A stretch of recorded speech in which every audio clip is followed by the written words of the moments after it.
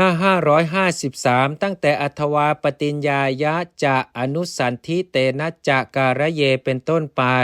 อีกอย่างหนึ่งพึงปรับตามคำรับสารภาพและตามคำสืบสมอธิบายว่าพึงปรับตามคำรับสารภาพของจำเลยผู้เป็นลัทธิ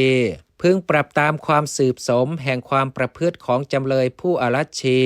เพราะเหตุนั้นท่านจึงกล่าวคาถาว่าเอวังปฏิญญาลัทธิสุเป็นต้นบรรดาบทเหล่านั้น2บทว่าวัตตานุสันธิเตนะการะเยมีความว่าพึงปรับตามความสืบสมแห่งความประพฤติอธิบายว่า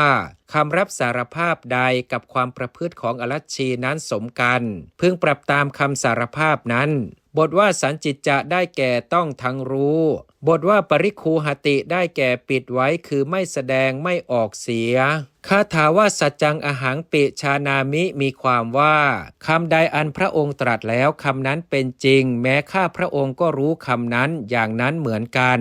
2บทว่าอัญญัญจะตาหังมีความว่าก็แลข้าพระองค์จะทูลถามพระองค์ถึงอลัทธิชนิดอื่นปาฐคาถาว่าปุพพาปรังนชานาติมีความว่าไม่รู้ถ้อยคำที่ตนกล่าวไว้ในการก่อนและตนกล่าวในภายหลังบทว่าโกวิทโธได้แก่ไม่ฉลาดในคำต้นและคำหลังนั้นบาทคาถาว่าอนุสันธิวจนังปถังนชานาติมีความว่าไม่รู้ถ้อยคำที่สืบสมแห่งคำให้การและถ้อยคำที่สืบสมแห่งคำตัดสินบาทคาถาว่าศีลวิปัตติยาโจเทติคือโจทย์ด้วยกองอาบัติ2บทว่าอาจารทิฏฐิยาได้แก่โจทย์ด้วยอาจารวิบัติและทิฏฐิวิบัติเมื่อจะโจทย์ด้วยอาจารวิบัติย่อมโจทย์ด้วยกองอาบัติ5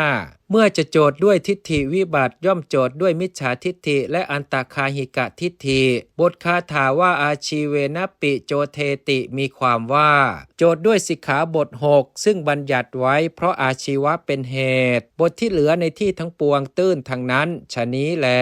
ทุติยคาถาสังคณิกะวรรณนาจบ